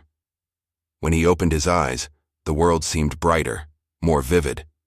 He looked down at his hands, seeing that they had changed, not into paws, but into something in between. His nails had lengthened into claws, and a light dusting of fur covered the backs of his hands. A chorus of excited yips and howls erupted from the pack. Sahali's smile was radiant as he pulled Dakota into a fierce embrace. "You did it," the Alpha said, his voice thick with emotion. "I knew you could." Dakota laughed, the sound carrying a hint of a growl that surprised and delighted him. "It's incredible," he said, marveling at the new sensations flooding through him. "I can feel everything. The pack, the forest, you. It's all connected." Nakia approached, her eyes shining with approval. "Welcome to the in-between, Dakota. You're making history, the first human to achieve a partial shift." The implications of what he'd done began to sink in. Dakota realized that he now embodied the bridge between human and shifter in a very literal sense. The potential for what this could mean for interspecies relations was staggering. As the pack celebrated around him, Dakota's mind was already racing with possibilities. If he could learn to shift, could other humans? Could this be the key to greater understanding and acceptance between the two worlds? Even as hope bloomed, a new challenge was brewing on the horizon. Weeks later, Dakota found himself back in Sahali's office at Sahali Industries, poring over reports from around the world. The initial excitement of shifters revealing themselves had given way to more complex realities. While many humans were fascinated and accepting, others reacted with fear and hostility. "Another attack in London," Nakia reported grimly, pointing to a news feed. A young wolf shifter was assaulted by a group claiming to be human purists. "He's in critical condition." Sahale growled low in his throat, a sound that still sent shivers down Dakota's spine. "This is the third incident this week. We need to do something more proactive." Dakota nodded, his partially shifted eyes now a permanent feature, scanning the data before him. "The pattern is clear. These attacks are becoming more organized, more targeted. It's not just random acts of violence anymore. There are rumors," Nakia added hesitantly, "of a new group forming. Humans who believe shifters are a threat to be eliminated. They call themselves the Silver Dawn." The name hung in the air, ominous and foreboding. Dakota felt a chill run down his spine, remembering the old legends about silver being deadly to werewolves. While the reality was less dramatic, silver was irritating to shifters but not fatal. The symbolism was clear. "We need to get ahead of this," Dakota said, his mind already formulating strategies. Education programs, community outreach, maybe even some kind of shifter-human partnership initiative. Sahali nodded approvingly. "Good ideas, but we also need to be prepared for more direct confrontations. I won't let my people be hunted." The fierce protectiveness in Sahali's voice reminded Dakota of why he'd fallen in love with the Alpha, but it also highlighted the delicate balance they needed to maintain. Any aggressive action by shifters, even in self-defense, could be twisted by their enemies to paint them as the monsters some humans already believed them to be. "What about Amaris?" Dakota asked, the question that had been nagging at him for months finally finding voice. Could she be behind this somehow? Sahali and Nakia exchanged a loaded glance. "Unlikely," Sahali said slowly. "She's been contained, but her actions did sow the seeds for much of the fear we're seeing now." Dakota was about to press for more information when an alert flashed across the main screen. Breaking news. A prominent shifter rights activist had been kidnapped in broad daylight. The room erupted into action. Nakia was immediately on the phone, coordinating with local authorities and shifter communities in the area. Sahali began issuing orders to his security team, preparing for any potential fallout. Dakota felt a familiar surge of adrenaline, his partially shifted senses heightening in response to the crisis. But beneath the immediate concern, a spark of an idea was forming. "Sahale," he said, his voice cutting through the chaos. "I think I know how we can turn this to our advantage." The Alpha turned to him, one eyebrow raised in question. "A rescue mission," Dakota explained, the plan crystallizing as he spoke. "But not just shifters. A joint team. The best trackers from the pack working alongside human law enforcement. We show the world that we're stronger together. That shifters aren't a threat but powerful allies." Sahali's eyes lit up with understanding. "It's risky," he said, but Dakota could hear the note of approval in his voice. "If anything goes wrong, it could backfire spectacularly," Dakota agreed. "But if it works, it could be the turning point we need. A real-world demonstration of human-shifter cooperation." After a moment of tense consideration, Sahali nodded. "Do it. But I want you leading the human side of the team. No one else understands both worlds as well as you do." The next few hours were a blur of preparation. Dakota found himself in the unusual position of briefing both seasoned detectives and powerful wolf shifters on how they would work together. There was tension at first, distrust on both sides, but Dakota's unique status as neither fully human nor fully shifter allowed him to bridge the gap. As they prepared to move out, Sahali pulled Dakota aside. The Alpha's eyes were intense, filled with a mix of pride and concern. "Be careful out there," he said softly. "You're taking on a lot of risk with this plan." Dakota leaned in, pressing a quick kiss to Sahali's lips. "I learned from the best," he said with a small smile. "Besides, I've got the best of both worlds on my side now." The rescue operation was like nothing Dakota had ever experienced. The seamless integration of human technology and shifter abilities was a wonder to behold. Human analysts provided real-time data and surveillance, while shifter trackers followed scent trails no technology could detect. Dakota found himself at the heart of it all, translating between the two groups, helping each side understand and appreciate the other's strengths. They tracked the kidnappers to an abandoned industrial complex on the outskirts of the city. As they prepared for the final assault, Dakota felt a familiar tingling sensation spreading through his body. His part shift was activating, sharpening his senses and flooding him with primal energy. "Remember," he told the assembled team, his eyes glowing softly in the dim light. "We're here to rescue the hostage and apprehend the kidnappers. This is about justice, not vengeance. We show them that shifters and humans can work together for the greater good." The operation went off almost flawlessly. Human SWAT teams breached the building while shifter scouts provided real-time intelligence on the kidnappers' movements. Dakota found himself in the thick of the action, his enhanced abilities allowing him to keep pace with both human and shifter allies. In the end, they rescued the activist unharmed and captured the entire kidnapping ring. As they led the suspects out in handcuffs, cameras from every major news network captured the image of shifters and humans working side by side. But it was what happened next that truly captured the world's attention. As the dust settled, one of the human detectives, a gruff veteran who had been skeptical of working with shifters, approached Dakota. To everyone's surprise, he extended his hand. "I owe you an apology," the detective said gruffly. "I had my doubts about this whole operation, but I've never seen anything like what you folks can do." If this is what cooperation between our kinds looks like, well, maybe there's hope for us yet. Dakota shook the man's hand, acutely aware of the cameras capturing the moment. That's all we're asking for, he said. A chance to show that we're stronger together than we ever could be apart. The image of that handshake, a partially shifted Dakota clasping hands with a human detective, became the symbol of a new era of cooperation.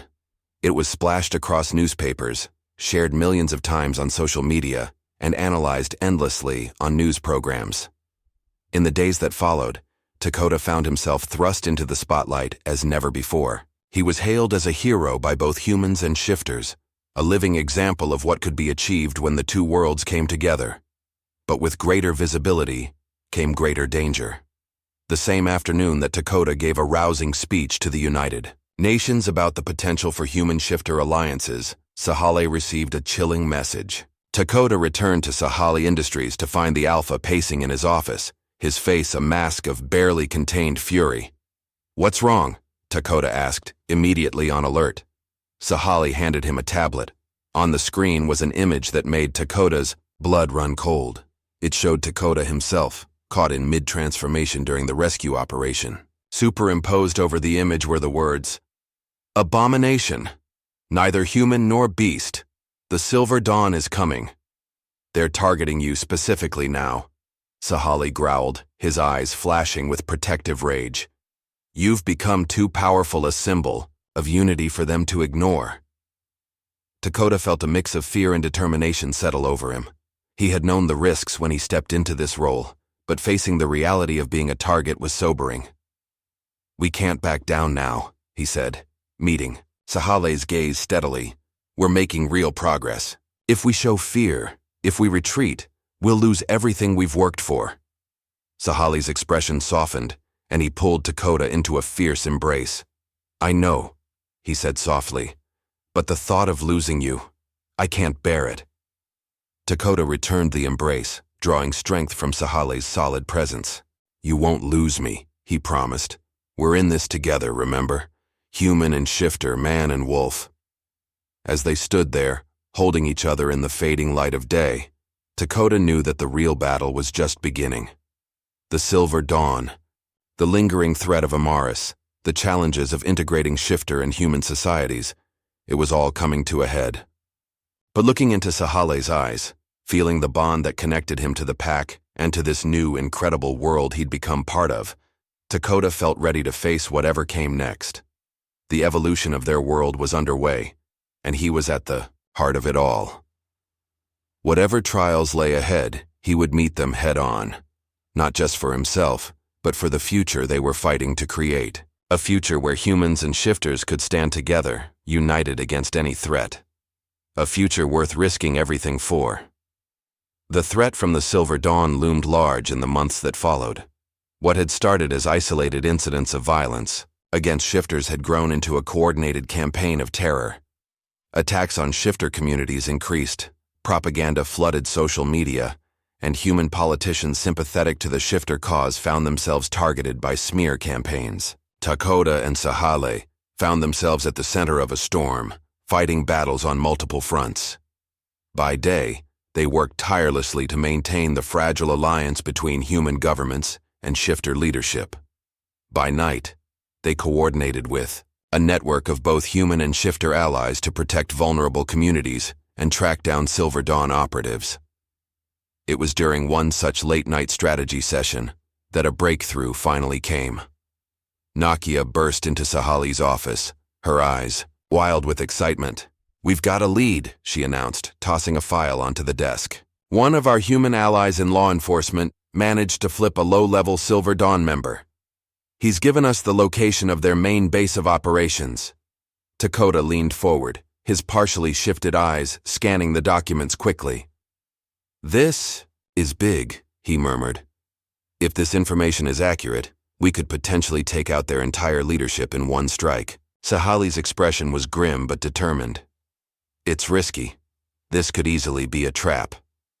"Maybe," Dakota agreed. "But it's also the best chance we've had to end this. If we can decapitate the Silver Dawn leadership, the whole organization might crumble." After hours of debate and planning, a decision was made. They would launch a joint operation, shifters and human law enforcement working together to raid the Silver Dawn headquarters. But there was a twist that Dakota insisted on, one that made Sahali's protective instincts flare. "I need to be there," Dakota said firmly. "Not just as part of the strike team, but as a public face. We need to show the world that this isn't just shifters attacking humans, or vice versa. This is about justice, about protecting all people, human and shifter alike, from extremism." Sahali wanted to argue, to protect Dakota from the danger, but he knew, deep down, that Dakota was right. His unique status as a bridge between worlds made him the perfect symbol for this operation. The night of the raid was tense. Dakota found himself in the unusual position of addressing a combined force of SWAT team members and shifter warriors. He could feel the nervous energy in the air, the lingering distrust between the two groups. "Tonight we make history," Dakota began, his voice carrying easily over the assembled crowd. "Not just by taking down a dangerous organization, but by showing the world what we can accomplish when we work together. Human and shifter, standing side by side against those who would divide us. Remember, our strength lies in our unity. Together, we are unstoppable." As they moved into position around the Silver Dawn compound, a fortified estate on the outskirts of the city, Dakota felt a familiar tingling sensation spreading through his body. His partial shift activated, sharpening his senses and flooding him with primal energy. The operation began with precision and coordination that would have been unthinkable just months ago. Human snipers provided cover, while shifter scouts used their enhanced senses to identify potential threats. SWAT teams breached the main building as wolf shifters circled the perimeter, preventing any escapes. Dakota found himself in the thick of the action, his unique abilities allowing him to bridge the gap between the human and shifter forces. He moved through the compound with fluid grace, his enhanced strength and speed matching that of the full shifters around him. As they pushed deeper into the compound, they encountered fierce resistance. Silver Dawn members fought with the desperation of fanatics, using weapons laced with silver nitrate that burned shifter flesh on contact. In a heart-stopping moment, Dakota saw a young wolf shifter go down, hit by a spray of silver-laced bullets. Without thinking, he leapt in front of the fallen shifter, using his own body as a shield. The bullets struck him, and for a terrifying second, he thought he'd made a fatal mistake. But the silver had no effect on him. His unique physiology, neither fully human nor fully shifter, rendered him immune to the Silver Dawn's most potent weapon. The realization spread quickly through both sides of the conflict. To the Silver Dawn, Dakota became a terrifying figure, impervious to their weapons, moving with inhuman speed and strength. To the joint shifter human force, he became a rallying point, a living symbol of the strength found in unity. The tide of the battle turned. With Dakota leading the charge, immune to the Silver Dawn's specialized weapons, the compound's defenses crumbled. One by one, the Silver Dawn leadership was captured or surrendered. As dawn broke over the compound, Dakota stood before a sea of cameras and microphones. Behind him, human law enforcement officers and shifter warriors worked side by side, securing the scene and tending to the wounded. "Today, we have struck a blow against hatred and fear," Dakota began, his voice steady despite his exhaustion. "The Silver Dawn sought to divide us, to pit human against shifter. But they failed. Look around you. See the proof of what we can accomplish when we stand together." He paused, letting his gaze sweep over the assembled reporters and the world, watching through their lenses. "I stand before you as living proof that we are stronger together. I am neither fully human nor fully shifter, but a bridge between worlds. And I am not alone. Each of us, human and shifter alike, has the capacity to build bridges, to reach across the divide and forge connections." As Dakota spoke, he felt a shift in the energy around him. It wasn't just his words that were having an impact, but the visual of him standing there, eyes glowing softly, claws visible but not threatening, the perfect balance of human and wolf. "The road ahead will not be easy," he continued. "There are still those who fear what is different, who cling to hatred and division. But today, we have shown what is possible. We have proven that together we can overcome any obstacle. The aftermath of the Silver Dawn raid marked a turning point in human-shifter relations. The organization's downfall, coupled with the powerful imagery of humans and shifters working together, sparked a global shift in perception. In the weeks and months that followed, Dakota found himself at the forefront of a new movement. He traveled the world, speaking to governments, community groups, and international organizations. Everywhere he went, he carried the message of unity and mutual understanding. But it wasn't just grand speeches and public appearances. Dakota worked tirelessly behind the scenes, helping to draft new laws that protected both human and shifter rights. He established educational programs that taught humans about shifter culture and biology, and helped shifters navigate the complexities of human society. Through it all, Sahale was by his side.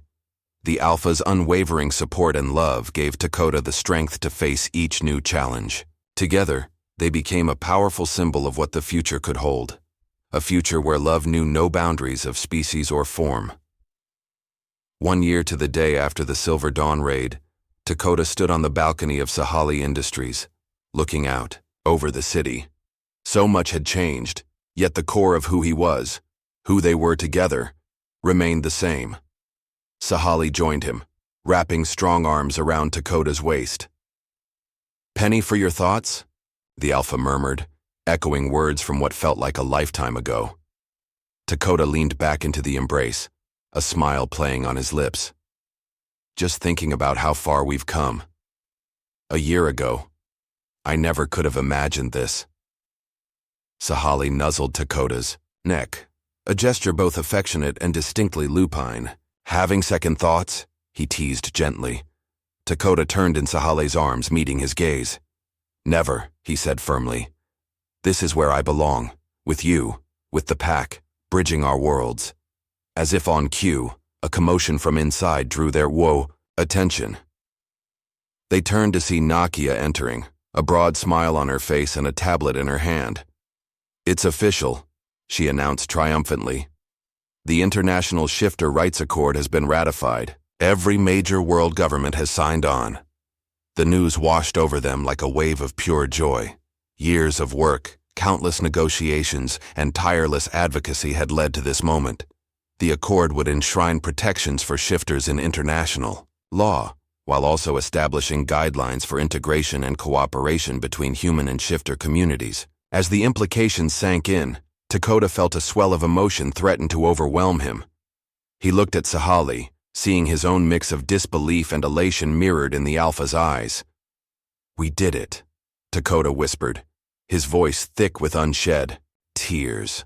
Sahale's response was to pull him into a fierce kiss, one that spoke of pride and love and a future bright with possibility. When they finally parted, breathless and grinning, Nakia cleared her throat pointedly. "As touching as this is," she said, a hint of amusement in her voice, "we've got work to do. The world is waiting to hear from you both." Dakota laughed, the sound full and joyous. "The world can wait 5 more minutes," he said, pulling Sahale close again. As they stood there, wrapped in each other's arms with the city spread out before them and a new era dawning, Dakota felt a sense of completion. The journey had been long and fraught with danger, but every step had led him here, to this moment, this love, this purpose. He was the bridge between worlds, the silver lining that had emerged from the darkest of storms. And with Sahale by his side and a pack that spanned 2 species at his back, he knew that whatever challenges the future held, they would face them together. Human and shifter, man and wolf, 2 halves of a whole that was greater than the sum of its parts. This was just the beginning of their story, a story of love, unity, and the indomitable spirit that binds all living things. As the sun set, on this chapter of their lives, Dakota and Sahale turned towards the future, ready to write the next pages of their epic tale. Together.